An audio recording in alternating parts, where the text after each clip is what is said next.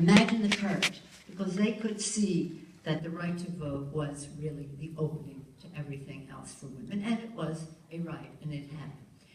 A couple of decades later, women left the workplace, and I was thinking of it when you were talking about the woman senator who, in Oregon, first minimum wage law in the country. A couple of decades later, women left home. Now this was really revolutionary too, because en masse, women left home to be in the war effort.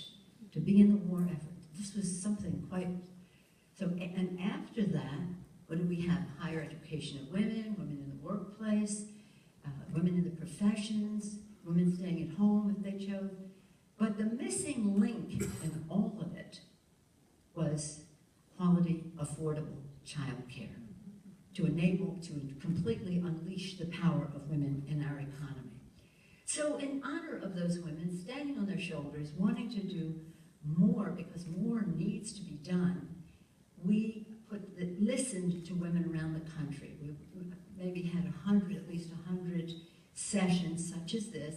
This is a special one though, larger than usual, and really more in the lead, or in the lead across the country, and said, what do you want? What do women want that really makes a difference in the workplace? Now, there are many things on the agenda in the workplace, and it was equal pay for equal work and raising the minimum wage. That's one leg of the stool. Pay. Valuing the work of women. Over 60%, maybe 2/3 of the people making the minimum wage are women. We must raise the minimum wage and lift women out of poverty. And therefore children. And equal pay for equal work. This is a big deal. What do you mean? Your mother, your sister, your daughter, your friend shouldn't get paid the same thing? Second piece was paid sick leave. Now, across the country, this rose as a big issue. You know it because you have taken the lead in Oregon. But it was interesting to everyone else to see how pervasive it was across the country. And as Joni said, this was something for men and for women. So men got behind this. They understood this because some of our colleagues have even said to us, I have spent more time taking care of a sick parent than I ever did taking care of a sick child. Because it takes longer, as you said. It isn't 4 hours to take an older parent. So this is a very big deal. Congratulations and thank you to Oregon for being in the lead on this, even ahead of the country. And the third point was, and I believe this is the missing link, as I said, in the unleashing of the power of women, in the evolution, missing link in the evolution of women in the workplace, affordable, quality child care. It's important for children.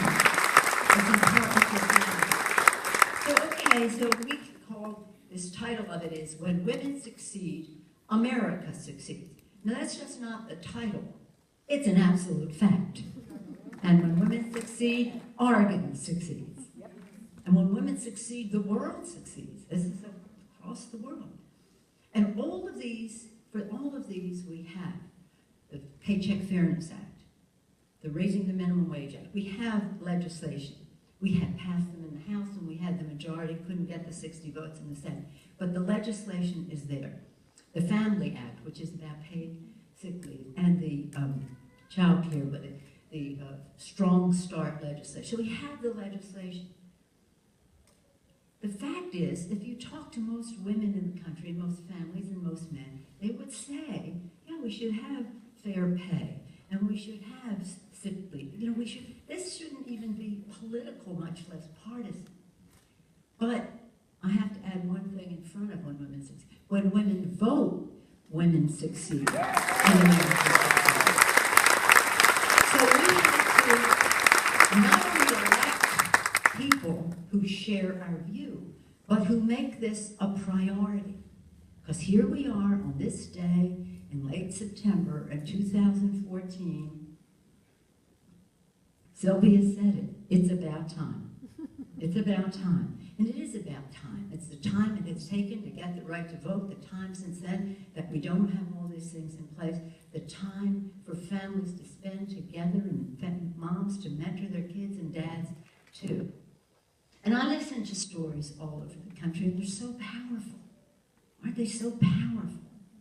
And Joni tells us how the productivity and the morale of the workforce is enhanced by respecting the role that moms play.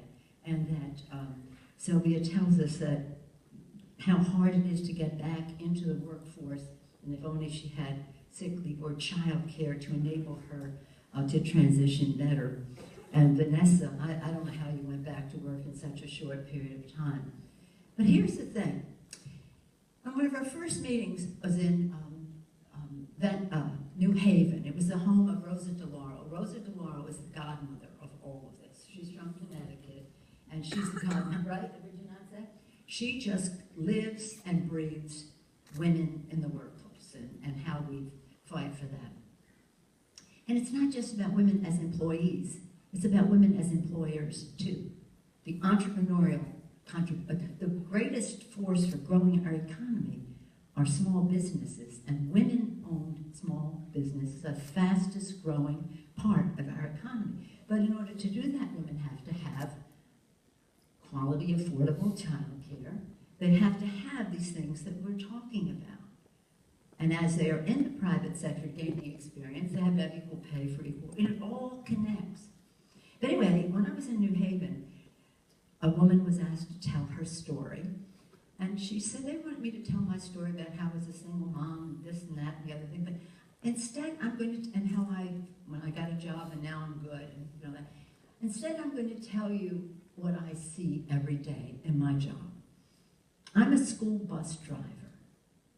And every day, I know I'm going to pull up to one curb or another.